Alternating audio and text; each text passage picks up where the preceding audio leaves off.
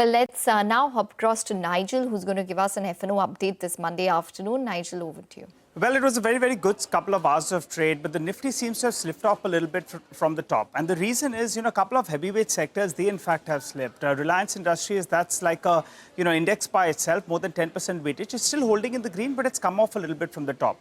The one that's underperforming today is actually the IT pack.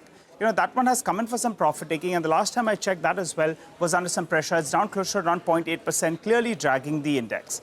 The Nifty Bank, well, that showed signs that it's coming back to life. Unfortunately, it hit a resistance at around the 20 DMA, and that's done a bit of a U-turn from that front. So for today's trading session, conquering the 20 DMA will be extremely important for the Nifty Bank.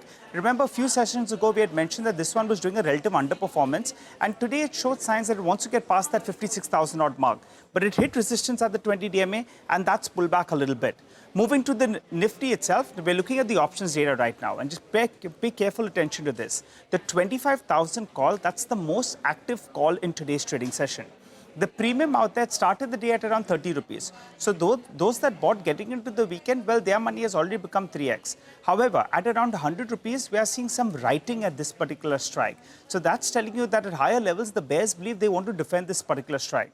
On the downside, though, this 24,900 put, that's one of the most active strikes, and the premium has come down by nearly around a third.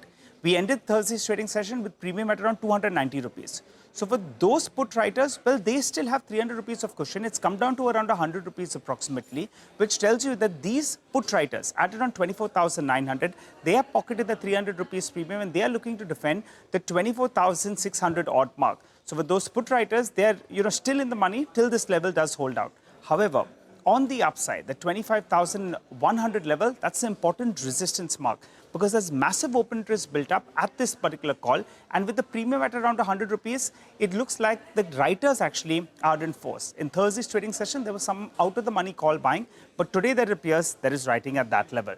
Moving to individual stocks, then Maruti Suzuki. That one's actually seeing fresh buying in terms of open interest because the stock has gone up by close to around 4.5%, and open interest has surged up more than 15%. So fresh long build-up is what we're seeing on that one.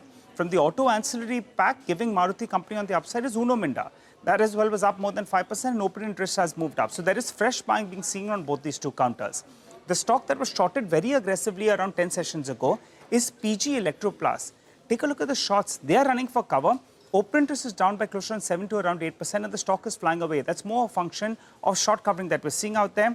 And Voltas as well. The stock is up, no big open interest built up, telling you there's a bit of a squeeze taking place even on this particular name. So keep an eye out on these names. And finally, PNB Housing Finance, the total open interest needs to go down by around 0.5%. If that's the case, it comes out of the F&O band. There is some shedding, around 0.5% shedding of total open interest. It needs to come down by another 0.5%. Then it breaches that 80% odd mark, which makes it eligible to come out of the F&O band. So good start, some kind of profit taking. The bulls will want to fight back towards the end of today. Back to you. Absolutely, Nigel. Thank you so much for that. So keep an eye out on that update coming in on the F&O front. On that note, we're going to slip into a very short break. On the other side, we'll be joined by Manisha Gupta.